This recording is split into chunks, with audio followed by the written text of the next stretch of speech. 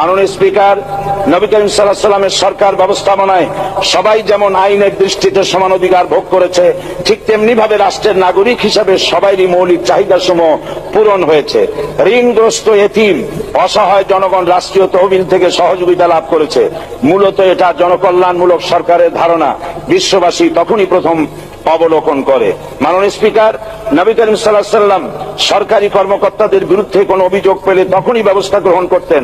আইনের চোখে সবাই সমান এবং এ কারণেই শাসকদের আত্মীয় স্বজন কারো পক্ষে সম্ভব ছিল না জনগণের উপরে জুলুম করা।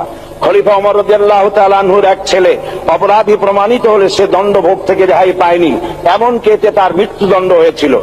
আবার খলিফা নিজেকে আইনের ঊর্ধ্বে মনে করতেন না, তাই বর্ম চুরির ঘটনা আলী রাদিয়াল্লাহু তাআলা আনহু কাজীর দরবারে সাধারণ ফরিয়াদির মতো উপস্থিত হন।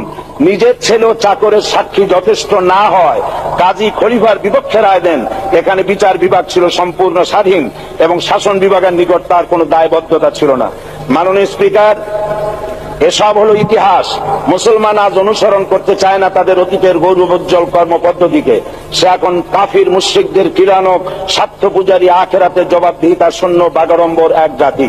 মাননীয় স্পিকার, যে জাতির এক পূর্বসূরি মাথায় আটার বোঝা বহন করে নিয়ে চললেন আর বলে গেলেন, মানুষ কেন, ফোরাতের কূলে যদি একটি কুকুরও না খেয়ে মারা যায় তবে এই ওমর রাদিয়াল্লাহু তাআলা আনহুকে কিয়ামতের দিন আল্লাহর দরবারে জবাবদিহি করতে হবে।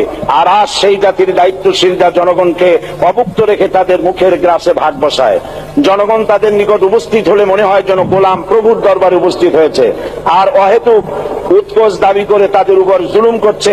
আর আল্লাহ পাক জালিমকে কখনোই পছন্দ করেন না।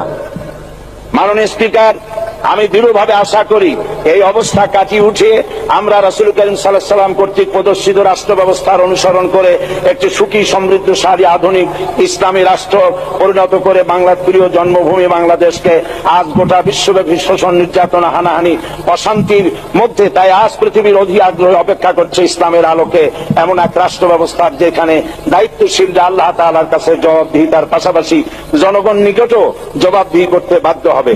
মাননীয় স্পিকার, অনেক ত্যাগ ও তিতিক্ষার রক্তের বিনিময়ে গড়ে উঠেছে আমাদের গণতান্ত্রিক প্রতিষ্ঠান এই জাতীয় সংসদ। এই সংসদের সম্মান রক্ষা করার দায়িত্ব আমাদের সবার।